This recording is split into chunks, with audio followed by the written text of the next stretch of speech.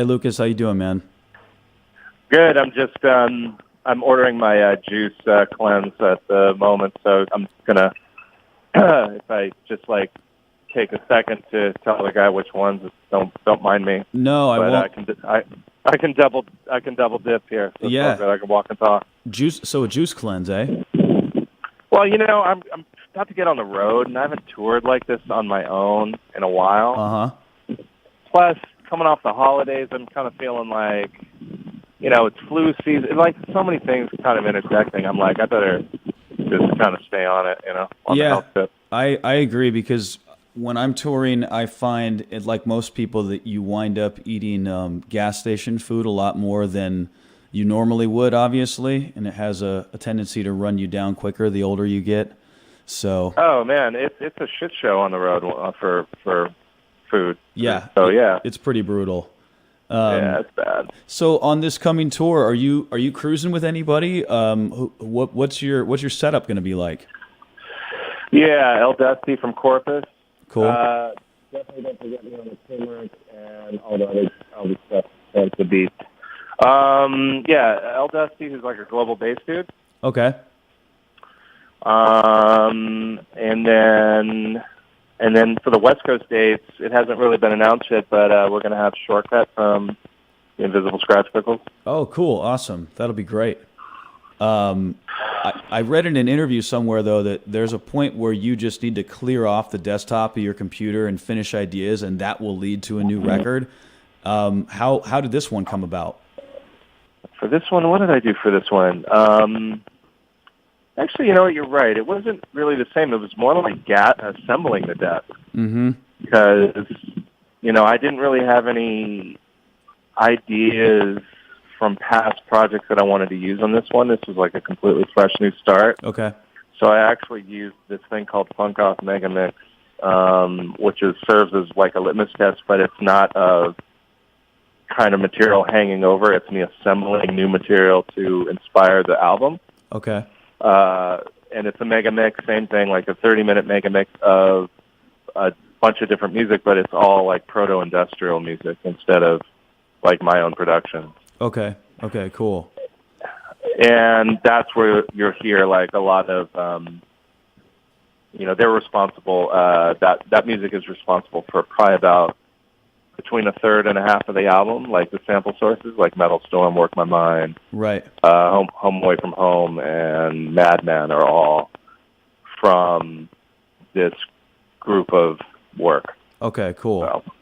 So, Laura Darlington's hold on. voice. Oh yeah. Hold on 1 second. Sure. Can we swap out? No. Yeah, can we swap out one of the games for Canada? Thanks.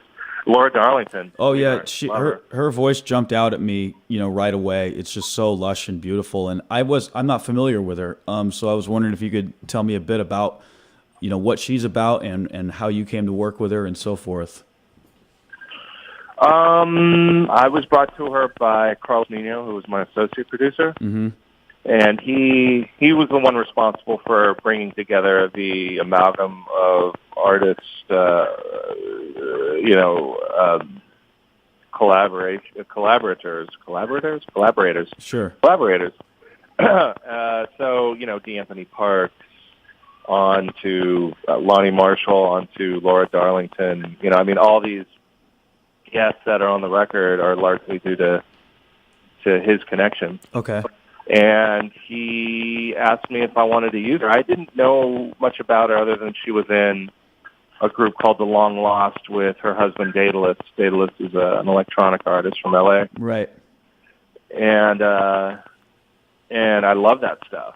Yeah. Great voice, very folky, but at the same time kind of can live in a nice space in electronic music. Mm-hmm. So I just tried her out for this one thing that wasn't supposed to be a song, but just kind of a replacement of a sample, of a vocal sample. Right. And she wrote too much. And so I said, well, let me make its own song out of it. So I took the vocal off the intended music bed and made an arrangement around it, and it became its own song, and I loved it. It was totally unexpected. Yeah, I think it's a really nice contribution to the record in general. And, This is maybe a question you've answered before, but I'm just wondering what it's like to work with the Biz, because he's one of these guys that just seems to make people smile, like even at the mention of his name. I mean, like the very first Burn CD I ever owned was a 1-song burn of Just a Friend, and he still makes me smile. And I'm just wondering what it's like to work with him creatively. Man, exactly what you'd expect it to be. Mm-hmm. Just that positive energy. Yeah. I mean, we've been friends for 20 years, Right. but we'd mess around and like do little like freestyles here and there. Nothing serious, nothing like recording. Thanks, man. All right, see you soon. Whoa! And then one day we were sitting down, and I was playing him some beats for the new album, and nothing that was like, I don't think I played him anything that I had that was like for sure for the record. These were just things I had kind of made, maybe might make it, maybe not. And he didn't really respond to any of them, but I had this small little intro piece that I tacked on, and I didn't really pay much attention to other than, hey, it's just an intro into this beat. Mm-hmm. And I said, oh, you like this beat? And he's like, no, but that is a hit, and you don't even know it. And I was like, really? And he said, yeah, if you loop that, I'll rap to that, and we'll make a hit. I was like, okay. And so, and I think back to all the Juice Crew records and stuff, and Biz always had an ear. I mean, listen to his Biz Never Sleeps album, and it's just genius. I mean, all the samples that he chose are amazing. And so I just thought to myself, he's got the golden ear. And if he's hearing something in that loop that I'm not, I'm going to just defer to him. Right. So he got in my closet, busted a freestyle to this beat, and immediately I like you said, I just smiled and I just said, this makes me feel like being a kid again. This makes me love hip-hop again. This makes me feel like it's like 1989 all over again, but it also makes, it also fits well now. Mm-hmm. He's the only guy that really made my microphone sound dope. All these things. And I was talking to him. He called me a little bit after New Year's just to check in. And he was just like, the thing about that song is we created that just by hanging out, going record shopping, talking shit, like friends, like how we used to make records. It wasn't like we went to the house trying to make something and put pressure on ourselves to build something. Mm-hmm. It was like, hey, just turn on the recorder and let's have fun. Right.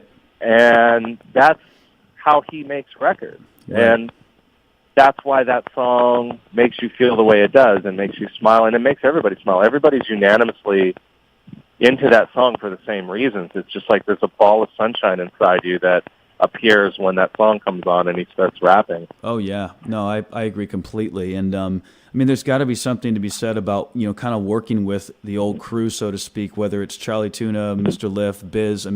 You've got familiar faces on this record, but it still feels fresh to me. What's your philosophy with, working with old friends and then, also trying to work with new people, at least in your world, to give something different? Like, how do you balance that?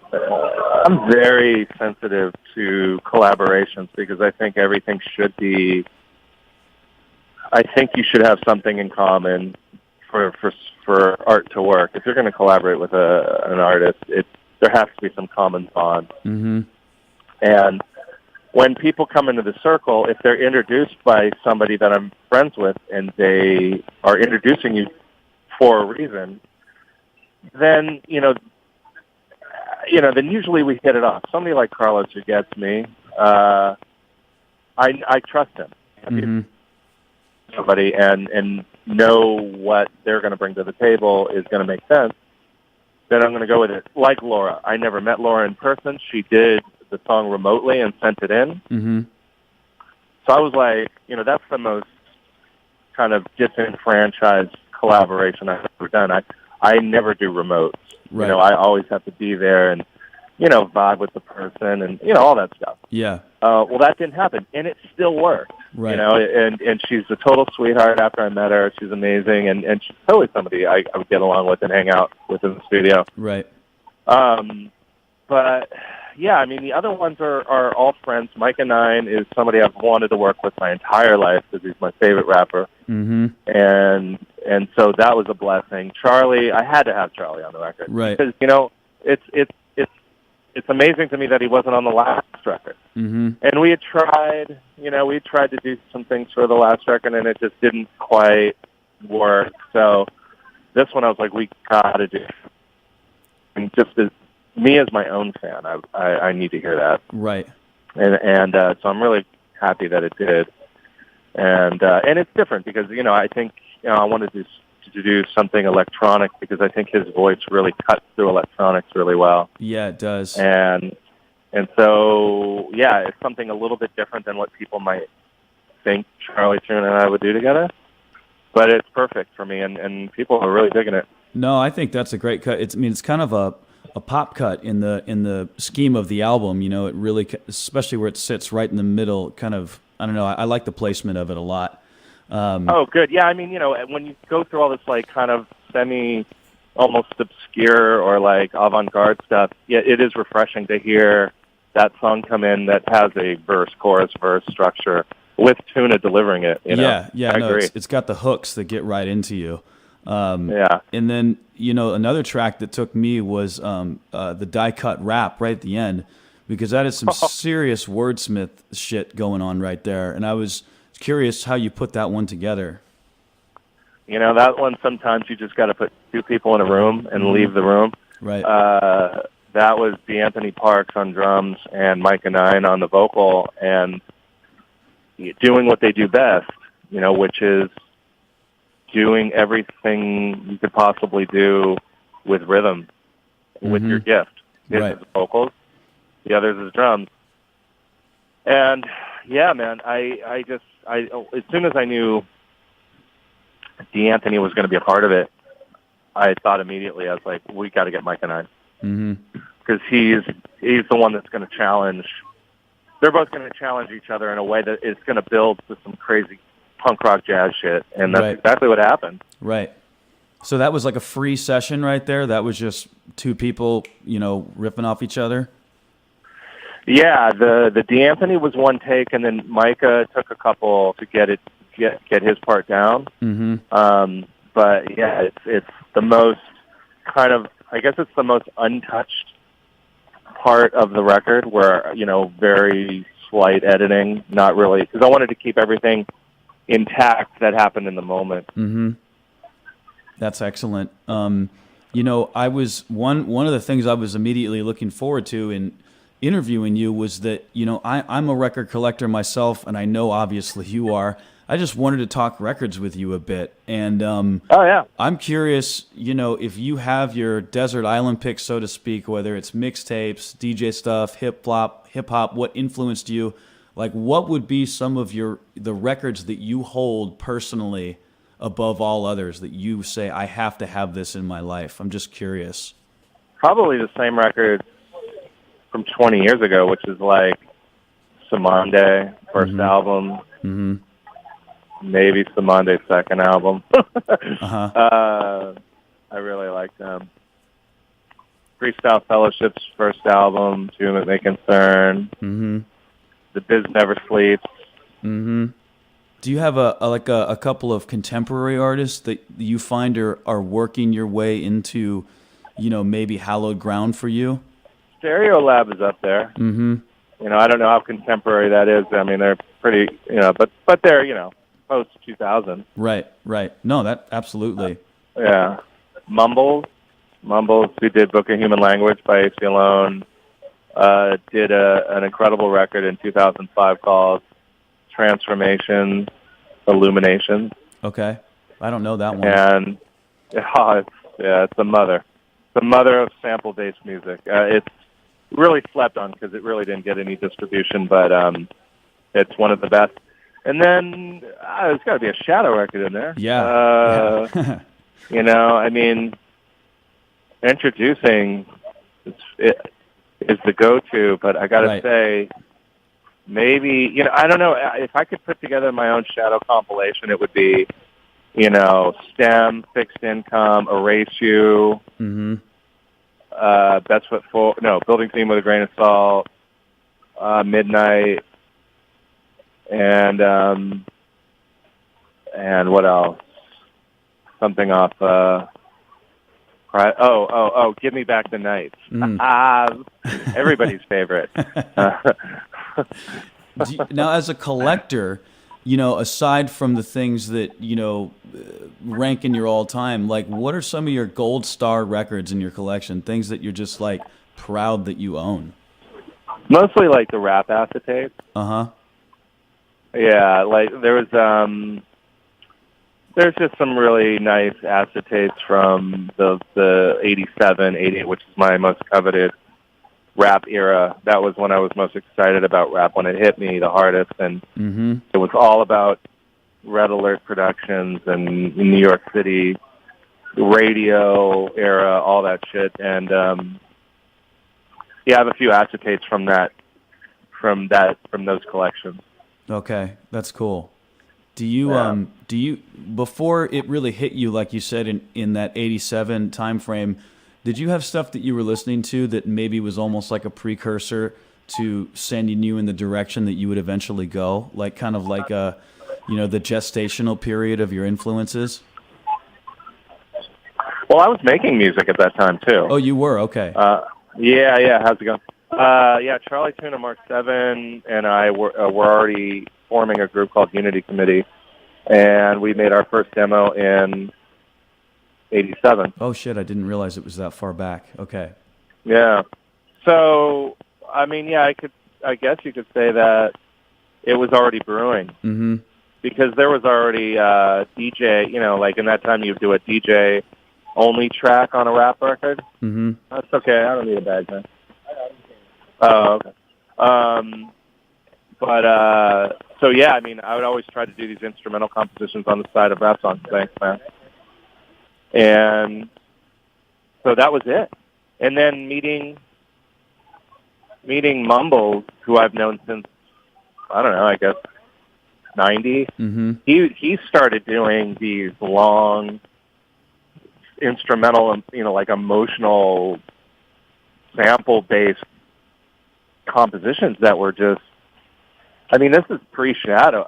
Before I heard Shadow, and when I heard Shadow, I was like, oh wow, he's doing what my man Matt does and Mumbles does, and so we started to influence each other. Like I would start making beats like that, and we would play them over the phone for each other, and have like, oh man, I was like, I got to make another beat, to play for Mumbles, so I can have a conversation with them. Otherwise, we're not going to be talking. Right. Got to play beats for each other.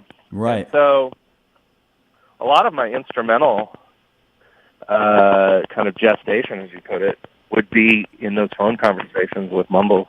Oh, that's cool. A little one-upsmanship even back then. Absolutely. Do you ever listen to the Heliocentrics out of the UK? Yeah, of course. I really love those guys. That record that came out this last year, I felt like I'd been waiting for a new one, and that's one of my favorites of recent times. That and the one that came out prior, a couple years back to that, but that's a bit of an aside. Did you like the one with Mulatu? Oh, that was just like, that was really, that hit me big time. That, because Mulatu is just really special to me. And when I listen to the stuff you're doing, I often think of Mulatu and things like that. Just a little bit of Eastern melody, worked in here and there. I just think that stuff's wonderful. Yeah. I know that you had a phase a couple years ago where you were really digging in deep with some African stuff, right? I did. Actually, Ethiopian music in general was largely the kind of, not inspiration, but I was listening to it a lot during, this guy's trying to make a weird Austin Powers U-turn. I was listening to, get this, during audience was listening in like 2000, maybe like 2004, 2003. Mm-hmm. I was listening to tons of Ethiopian music, collecting a lot of it like crazy. Mm-hmm. And then I was listening to a lot of Nirvana Unplugged and Radiohead. Okay. And that was, and White Blood Cells by the White Stripes. So on one end, I was really into this like kind of indie rock. And then I was, on the other side, I was into this like completely, on the other end of the scale. Right. Eastern, African, totally, and not just like the funk stuff, but like the traditional stuff, like the wedding rhythms and stuff like that. Right, right.